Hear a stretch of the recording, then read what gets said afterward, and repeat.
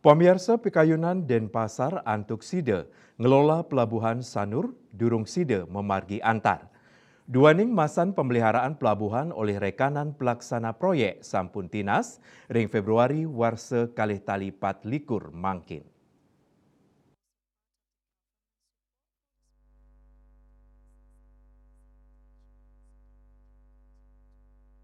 Kepala Dinas Perhubungan Kota Denpasar Ketut Sriawan maosan kantun wenten sawatara pahan sane patut kebijakan malih oleh pelaksana proyek Pemkot Denpasar ngelintangin wali kota mewah wakil wali kota Taler sampun maprakanti sarang Kementerian Perhubungan memangkasnyane Dirjen Perhubungan Laut Cutetnyane pemerintah kota sampun rajak maprakanti sarang Kementerian Perhubungan sane kaptiang pelabuhan puniki di Gelis Kewaliang.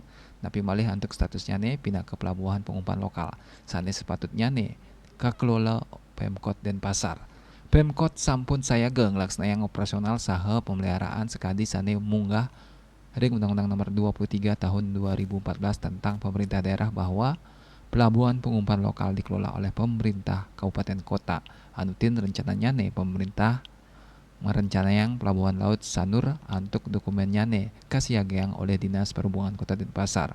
Anggaran kewantu oleh pemerintah provinsi tur kewangun nganggen anggaran pendapatan miwah belanja nasional sane pindah ke amongan pemerintah. Asmara Putra, Bali Pos.